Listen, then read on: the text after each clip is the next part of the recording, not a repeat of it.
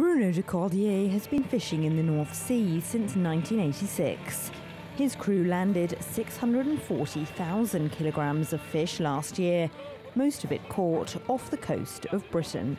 60% of year total we fish in British waters. We hope we can make good agreements that we can still fish there and that are good for both countries. 400 fishermen work out of the port of Ostend, and their cooperative estimates the industry supports 5 times as many jobs on land. More than half the catch brought ashore here at the port of Ostend is from British waters. In 2015, that was 12,000 tonnes of fish.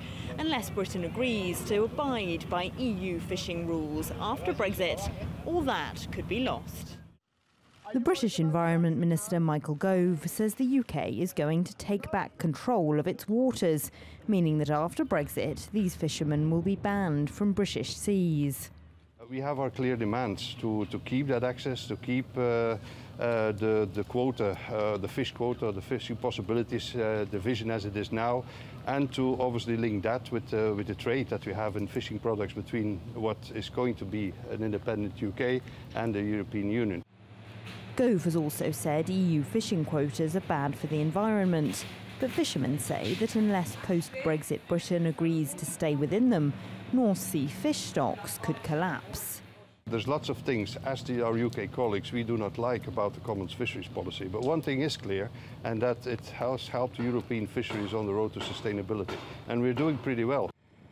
Bruno and his crew say there's a lot more place and soul in the English Channel than 20 years ago, when he would regularly sail up to the Scottish Islands because fish were so scarce further south. But if Britain goes ahead with its plans, even that could soon be out of bounds. Elena Casas, TRT World, Ostend, Belgium.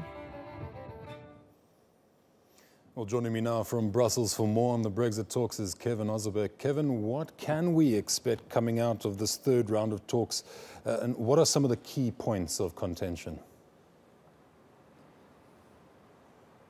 Well, last week when we were briefed by EU officials, they said they don't really expect too much to come out of the third round of negotiations, which just kicked off a few hours ago. In fact, it's quite clear that these negotiations are off to a sour start. The EU chief negotiator here, Michel Barnier, came out, and while he was standing right next to the UK counterpart, Brexit Secretary David Davis, Barnier said that it's time for these talks to get serious. Clearly, that was a dig at Secretary Davis. Barnier also said that he is waiting for detailed papers to come from the UK side. Now, last week, the UK did release a series of papers outlining some ideas when it comes to the key issues here, like what to do with the border in Ireland. But obviously, Barnier does not think the UK negotiating team is coming to the table with really serious, concrete proposals here. One also very important note here is that when we were briefed by Barnier, when he made this quick press statement this afternoon here in Brussels, he completely nixed the idea of there being any trade talks with the UK anytime soon.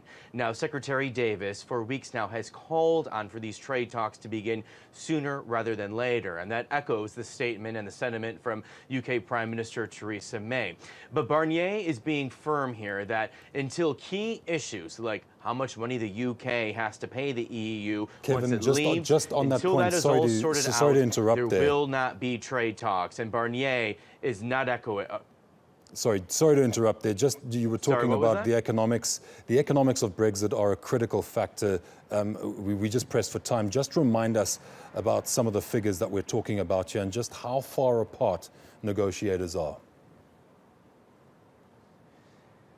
Pretty far apart, because on these 3 key issues of what to do with Ireland, what to do with citizens' rights, those who live in the UK from Europe and vice versa, as well as how much money the UK is going to go to the EU, a huge gap still remains. There's really been not much progress there. EU officials tell us they don't think this week that gap is going to be significantly narrowed. They just hope it's narrowed a little bit. That will be progress, according to them. That's what they're hoping to get out of this week's talks that are going to end here Thursday evening.